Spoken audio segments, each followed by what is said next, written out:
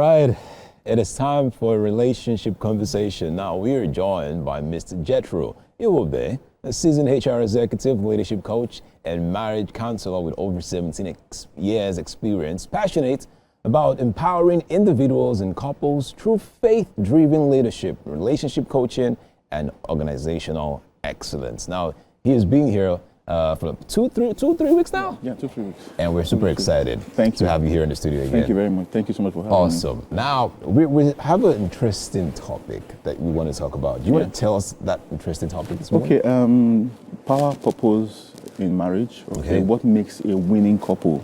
So that's really what I want to talk about. All right. Now, let's look down at the idea of a winning couple. All right. What makes a couple a winning couple? All right. Not everyone who's married today would classify themselves as a winning couple. Yeah. But from your experience, how do you define the term a winning couple? What are we winning here?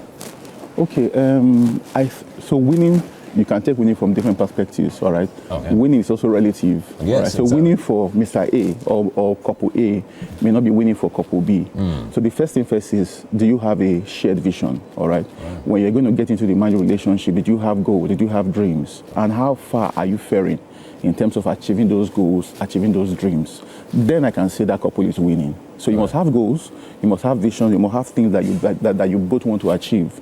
All right, and if you measure yourself against those milestones, all right, how well are you doing? So, all right, when is the best time to set a goal? Do you set your goals while you're dating your partner? Do you set your goals in your first year of marriage, or do you set your goals after you've given birth to kids? When is the best time to set your goals? All right, so for me, I would say that you start to set your goals from when you have both made commitments to each other. And when you say commitments, because people would define commitments differently, all right? Yeah. When do you define, how do you define commitments? So commitment, all right, for me, it will be when you have both agreed that we are going to go into this marriage relationship. All right.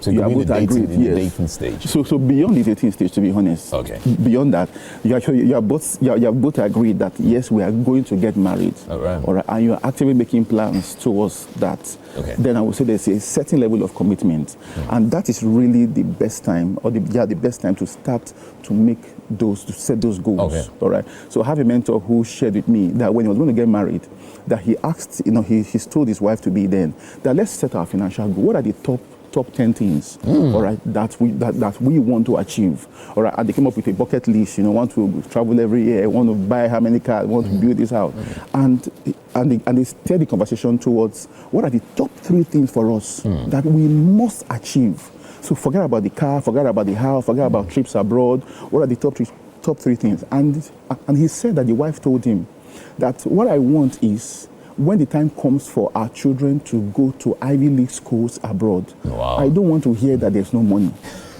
So that guided his conversation, that guided his lifestyle throughout. Yeah. So when he had benefits, I think I shared the story already. Yeah, when he had benefits, like holiday travels, he would have to remind his wife business class. Yeah, he would convert the ticket from business class to economy ticket. Yes. And the wife and the kids would be complaining, like, guys, you need to go to an Ivy League school. Yeah. That's what your mom said.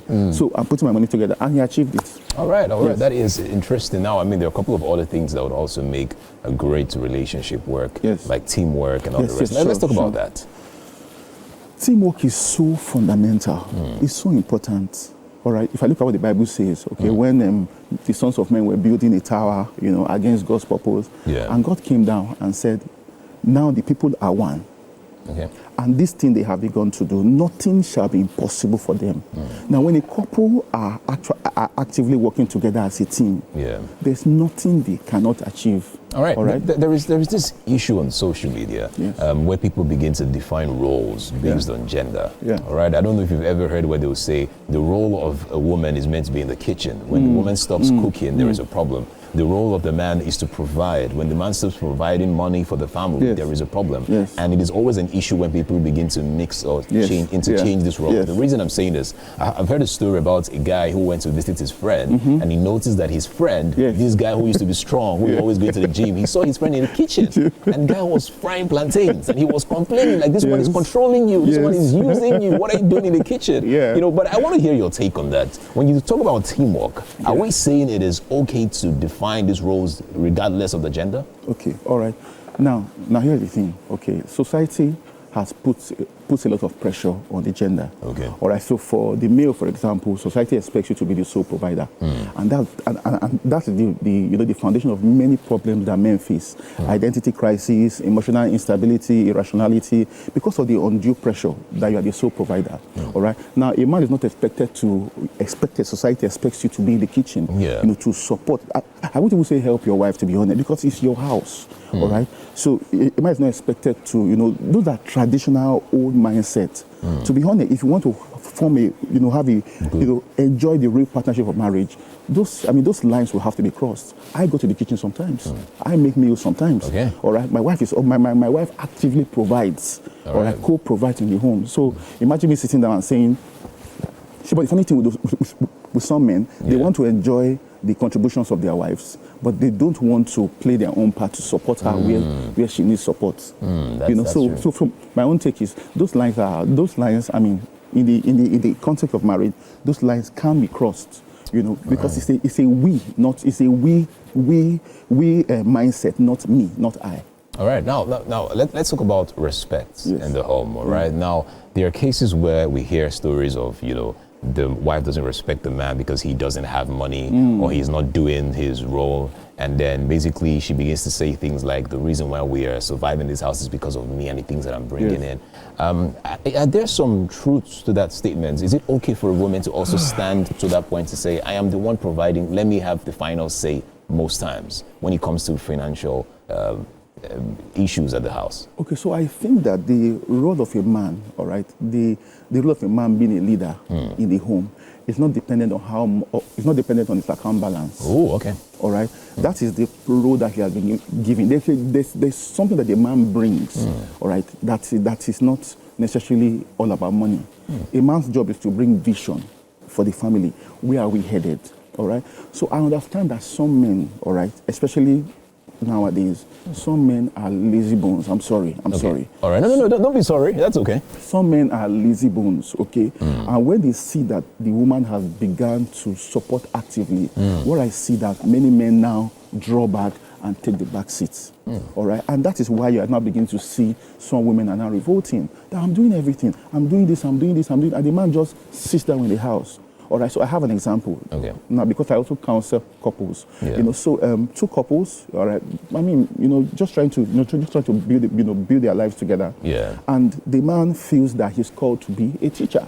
And because he feels he's called to be a teacher, all he wants to do is just to be in the classroom. But it's not what he's bringing on the table is not enough to take care of the family. Okay. And the wife came to me that I need my husband to also open your mind and do something else. We're not saying leave your teaching profession, but support, something else to support this family. Yeah. And for him, I want to be a teacher, I want to be in the classroom, and that's it. And they are going through so much strain now. But just because the man has not decided to open his mind to say, I need to take care of them. I have to do something else to bring something more to the table. So what was your advice to the man when you were speaking to the all right, couple? So I had a one-on-one with the man, and I told him, all right, that first and foremost, you need to open your mind. I believe that for every man or every woman, everybody, you should have at least as much as you can 4 streams of income. 4 streams of income. Yes, and I'll tell you where. Okay. I'll tell you where. I hope those are watching right now at home are taking notes of this. All right. So whether you're a man or a woman, you should have 4 streams of income. All right. Let's break it down. So that came from the Garden of Eden. Okay. In the Bible. Okay. The Bible says that there were 4 rivers. All right, bringing water and watering the Garden of Eden. Okay. So I believe that everybody should have at least 4. Now, one stream may be bigger than the other. Okay. But you just must open your mind, all right, enough to see that there are opportunities around us. Okay. But sometimes people just close their minds and say, okay, this is all I know, this is all I can do. But there are opportunities, there are investment opportunities, there are things you can do, there are different things you can think about. Just think about how can I create value. Nigeria is a land where there are so many problems, and those problems have opportunities to create value and make money. True. Yeah. So. All right, but let's look at it from the other side. All right. Remember, if a man is trying his best to get at least 4 streams of income, he's trying his best to also leave work early. He's trying his best to provide for the family. He's thinking a lot. Yes. How do you mix all that and then still be as loving, as romantic as you can be with your wife and family? Because sometimes you get back from work, you're tired, you just want to sleep. You don't have time to be the romantic guy who wants to drop a note. You don't want want to be that romantic guy that wants to take your wife out because you are tired. You are thinking about the next day and how to make money the next day. Yes. Yeah. All right. But from your experience, how do you balance that and still be an amazing and a winning couple at the end of the day? So I think the mindset. I think the mindset is number one. Okay. All right. It's possible to have the best of both worlds. You can do so well in your business or in your career, and still be great at home in terms of being a present father, in terms of being a present husband, in terms of being, you can have the best of both worlds. I think that's the first mindset. Okay, mindset. Mindset. Secondly, we have more capacity than we think. Okay. All right. I believe that we can buy time. All right. We can.